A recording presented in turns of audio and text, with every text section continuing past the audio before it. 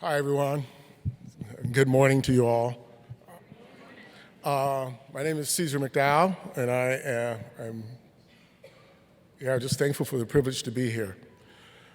For many of us in this room this morning, the past 10 days have been a nightmare come true. It seems incomprehensible that this country would follow 8 years of the first African-American president with someone who uses racism, xenophobia, and sexism to become president.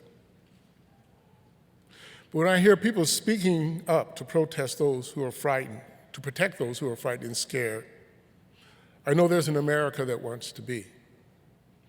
When I hear of cities and universities talking of being places of sanctuary, or see Black Lives Matter signs in white suburban neighborhoods, I know there's an America that wants to be.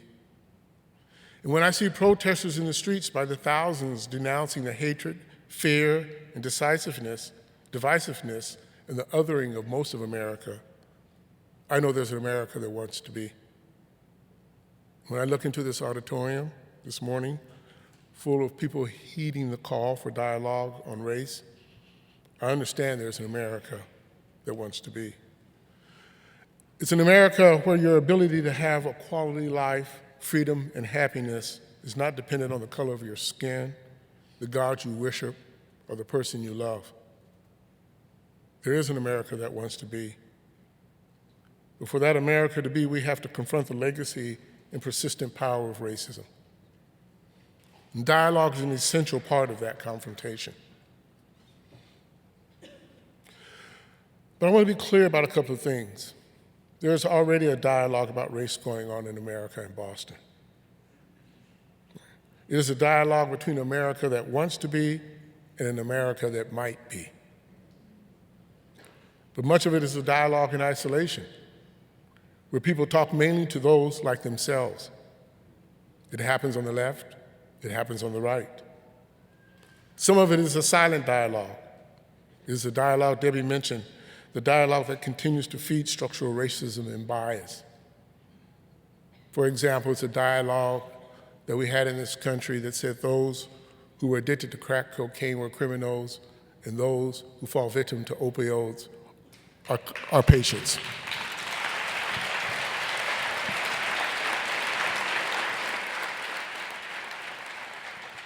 We saw in this election that the fate of American democracy is deeply tied to the narrative of race and racism in America. But democracy, as my friend Karl Moore says, exists only when we, as people who are interdependent, are willing to struggle with the traditions that bind us and the interests that separate us so that we can realize a future that's an equitable improvement on the past. In this city, we live in neighborhoods.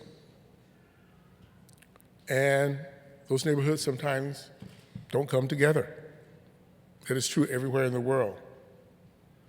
One of the things we have to figure out is, where do we do that struggle together? We know how to have the conversations in our individual neighborhoods. We know how to do it amongst the friends or in those particular trainings we do. But in order for our democracy to survive, we have to figure out how to have the conversation of race as a whole. And here's the problem. In this city, and in every city in this country, we are living with the most complex set of people who have ever lived together. And yet, we don't have the infrastructure in place to support that complex set of people to come together. What is amazing about the start today is to say, how can we use this opening for a dialogue on race in this city to start to build that infrastructure? Because without building it, not only will we not make it, but there won't be, not only will we not deal with the issues of race, but we actually won't strengthen democracy, either in this city or in this country.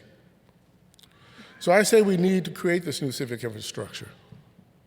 It is something we need to invest in. We won't be able to rely solely on the places and the spaces that have gotten us here. We will have to create new ones. We will have to invest in them. And the thing that's amazing about Boston, it actually has the talent and the skill here to do it.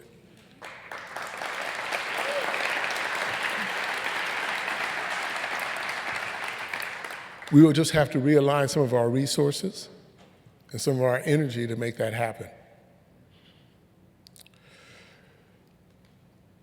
It is hard to have a dialogue about race, a true dialogue, because the true dialogue about race will end with one question: have our outcomes been equitable?